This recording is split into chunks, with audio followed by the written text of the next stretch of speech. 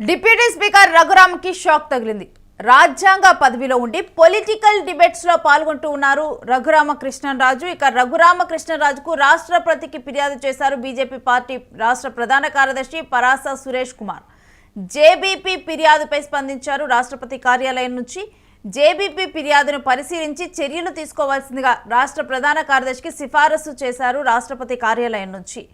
ఇక ఈ మేరకు కూడా రఘురామకృష్ణరాజు ఇప్పుడు డిప్యూటీ స్పీకర్ పదవులు అంటే ఒక రాజ్యాంగ పదవిలో ఉంటూ పొలిటికల్ డిబేట్స్లో పాల్గొనకూడదు. అలాంటిది రఘురామకృష్ణరాజు పొలిటికల్ డిబేట్స్లో పాల్గొంటూ కూడా పలు వ్యాఖ్యలు చేస్తున్నారంటూ కూడా ఇప్పుడు ఫిర్యాదు చేయడం, దీని మీద రాష్ట్రపతి కార్యాలయం స్పందించడం జరిగింది. దీనికి సంబంధించి పూర్తి డీటెయిల్స్ మా ప్రతినిధి కిరణ్ అడిగి తెలుసుకుందాం. కిరణ్, రఘురామకృష్ణరాజు మీద రాష్ట్రపతి కార్యాలయానికి ఫిర్యాదు అందినట్లు తెలుస్తోంది. పూర్తి డీటెయిల్స్ ఏంటి? రేణు, డిప్యూటీ స్పీకర్ రఘురామకృష్ణరాజుకు రాష్ట్రపతి కార్యాలయం గట్టి షాక్ ఇచ్చింది. ఎందుకంటే ఆయన రాజ్యాంగబద్ధమైన పదవిలో ఉన్నారు, డిప్యూటీ స్పీకర్ గా ఉన్నారు. డిప్యూటీ స్పీకర్ గా ఉన్నప్పుడు రాజ్యాంగ పదవిలో ఉన్నప్పుడు ఆయన పొలిటికల్ డిబేట్స్ లో కానీ పొలిటికల్ విమర్శలు కానీ చేయకూడదు. ఇది రాజ్యాంగంలో ఉన్న నిబంధన. ఇటు స్పీకర్ కానీ డిప్యూటీ స్పీకర్ కానీ రాజ్యాంగ పదవులు ఉన్నత స్థాయి హోదా. ఎందుకంటే ఎమ్మెల్యేలను అందరినీ తమ కనుసూపు సైగతో శాసించే స్పీకర్, డిప్యూటీ స్పీకర్ రాజకీయాలు మాట్లాడకూడదు, రాజకీయాలకు అతీతంగా వ్యవహరించాలి. అయితే రఘురామకృష్ణరాజు ఇందుకు భిన్నంగా ఏదైతే మీడియా సమావేశాలలో పాల్గొంటున్నారు, నేరుగా ప్రతిపక్షాలను విమర్శిస్తున్నారు, తనకు వ్యతిరేకంగా కథనాలు రాస్తే అటు మీడియాను కూడా తీవ్రంగా దూషిస్తున్నారు. ఇది ఇటీవల కాలంలో మరింత పెరిగింది. అయితే వీటిపైన జేబీ పార్టీ ప్రధాన కార్యదర్శి పరసా సురేష్ కుమార్ రాష్ట్రపతికి ఫిర్యాదు చేశారు. రాష్ట్రపతి ఫిర్యాదు చేయగానే వెంటనే రాష్ట్రపతి కార్యాలయం స్పందించి ఆంధ్రప్రదేశ్ కార్యదర్శి, రాష్ట్ర ప్రభుత్వ కార్యదర్శి విజయానంద్ కు లేఖ పంపించింది.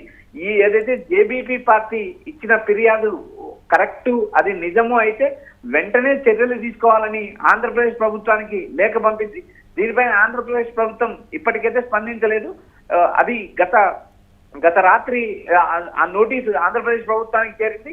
దీనిపైన ఒక నిర్ణయం తీసుకోవాలంటే అటు ప్రధాన కార్యదర్శి, ఇటు స్పీకర్, డిప్యూటీ స్పీకర్ ముగ్గురు కూర్చుకొని ఒక నిర్ణయం తీసుకుంటారా, లేక రాష్ట్రపతి కార్యాలయానికి పంపించిన లేఖలో వాస్తవం ఉందా లేదా అనే కూడా ధృవీకరించాల్సి ఉంటుంది. ఎందుకంటే జేబీపీ పార్టీ ఫిర్యాదు చేసింది. ఫిర్యాదుకు సంబంధించి ఆధారాలు కూడా ఏదైతే రఘురామకృష్ణరాజు మాట్లాడిన వీడియో క్లిప్పింగ్ కూడా పంపించింది. కాబట్టి దీనిపైన ఫర్దర్ గా మరోసారి జరగదని డిప్యూటీ స్పీకర్ జవాబిస్తారా, లేక ప్రభుత్వం ఏ కోణంలో తీసుకుంటుంది అనేది కూడా మనం వేచి చూడాలి. రేణు, ప్రస్తుతానికైతే జేబీపీ పార్టీ ఇచ్చిన ఫిర్యాదును వెనువెంటనే రాష్ట్రపతి కార్యాలయం స్పందించింది.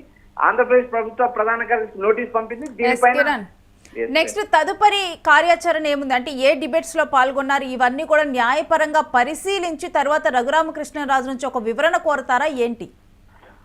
రేణు, ఖచ్చితంగా రఘురామకృష్ణరాజు నుంచి ఆంధ్రప్రదేశ్ ప్రభుత్వం వివరణ కోరాల్సిన పరిస్థితి అనివార్యంగా ఏర్పడింది అనుకోవచ్చు. ఎందుకంటే రాష్ట్రపతి కార్యాలయం ఇచ్చిన ఏదైతే నోటీస్ ను అడ్రస్ చేయాల్సి ఉంటుంది, దానికి తిరిగి జవాబు చెప్పాల్సిన పరిస్థితి ఉంటుంది. ఎందుకంటే రాష్ట్రపతి కార్యాలయం వచ్చేసి ఇటు ప్రభుత్వ ప్రధాన కార్యదర్శికి నోటీస్ పంపింది. కాబట్టి ఇటు ముగ్గురు కలిసి నిర్ణయం తీసుకుంటారా, లేక ప్రభుత్వం తరఫున మరోసారి జరగదని ఈ క్లారిటీ ఇస్తారా అనేది కూడా మనకు క్లారిటీ లేదు. ఇప్పటికైతే ఆ నోటీస్ పైన రఘురామకృష్ణరాజు తన ప్రత్యర్థుల పైన విరుచుకుపడుతున్నారనే విషయం మనకు తెలిసిందే. రోజు మీడియా ముందు కానీ తాను గతంలో ఏదైతే రచ్చబండ కార్యక్రమం నిర్వహించేట ఆయన వరుసగా మీడియా సమావేశాలు నిర్వహిస్తున్నారు.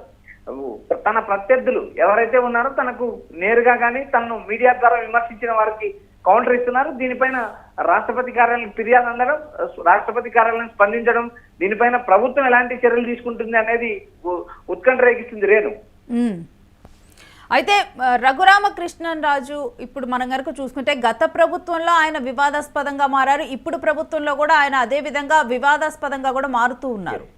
ఎస్ రేణు, రఘురామకృష్ణరాజు గత ప్రభుత్వంలో ఆయన ఎంపీగా ఉన్నారు, నర్సాపురం పార్లమెంట్ సభ్యుడిగా గెలిచారు. గెలిచిన కొద్ది నెలలకే జగన్ కు రఘురామకృష్ణరాజుకు మధ్య విభేదాలు తలెత్తడం, రఘురామకృష్ణరాజు బహిరంగంగా రచ్చబండ అనే కార్యక్రమం నిర్వహించడం, ప్రతిరోజు జగన్ టార్గెట్ చేసుకుని విమర్శలు చేయడం మనం గత ప్రభుత్వంలో చూసాం. ఇప్పుడు ఏదైతే టీడీపీ కూటమి ప్రభుత్వంలో ఆయన మంత్రి పదవి దక్కలేదనే అసంతృప్త, లేక మరొక పదవి తాను మళ్ళీ ఏదైతే వచ్చే ఎన్నికల్లో పార్లమెంట్ సభ్యునిగా పోటీ చేయాలనే ఆలోచన తెలియదు. కానీ ప్రస్తుతం ఏదైతే ఉందో తన రాజకీయ ప్రత్యర్థులు కావచ్చు, తనను విమర్శించేవారు కావచ్చు, తనను నేరుగా టార్గెట్ చేసిన వారిపైన రఘురామకృష్ణరాజు విపరీతమైన విమర్శలు కురిపిస్తున్నారు. మనం గతంలో చూసాం భీమవరం డిఎస్పీ జయసూర్యను వెంటనే జయసూర్యపై సస్పెండ్ చర్యలు తీసుకోవాలంటూ డిప్యూటీ సీఎం పవన్ కళ్యాణ్ ఆదేశిస్తే అదే జయసూర్యను రఘురామకృష్ణరాజు సమర్థించారు, మంచి అధికారంతో సమర్థించారు. ఇలా వరుసగా ఏదో ఒక వివాదంలో ఇరుక్కుంటున్నారు. అటు సిఐడి సునీల్ వ్యవహారం కావచ్చు, సునీల్ వర్సెస్ రఘురామకృష్ణరాజు మధ్య యుద్ధం నడుస్తుంది. వీరి మీద వాదోపవాదనలు చేసుకుంటున్నారు. రోజు ఇటు సోషల్ మీడియా పరంగా అటు మీడియా పరంగా ఇద్దరు దుమ్మెత్తి పోసుకున్న పరిస్థితి. ఇలా వరుసగా ఏదైతే సంఘటనలు జరుగుతున్నాయో వీటిపైన జేబీఎం పార్టీ రాష్ట్రపతికి ఫిర్యాదు చేసింది. రాష్ట్రపతి కార్యాలయం వెనువెంటనే స్పందించింది. ఎందుకంటే రాజ్యాంగబద్ధ పదవిలో ఉంటూ రాజకీయ విమర్శలు చేయడం కానీ, డిబేట్లలో పాల్గొనడం కానీ రాజ్యాంగ విలువల ఉల్లంఘన, ఏదైతే రాజ్యాంగ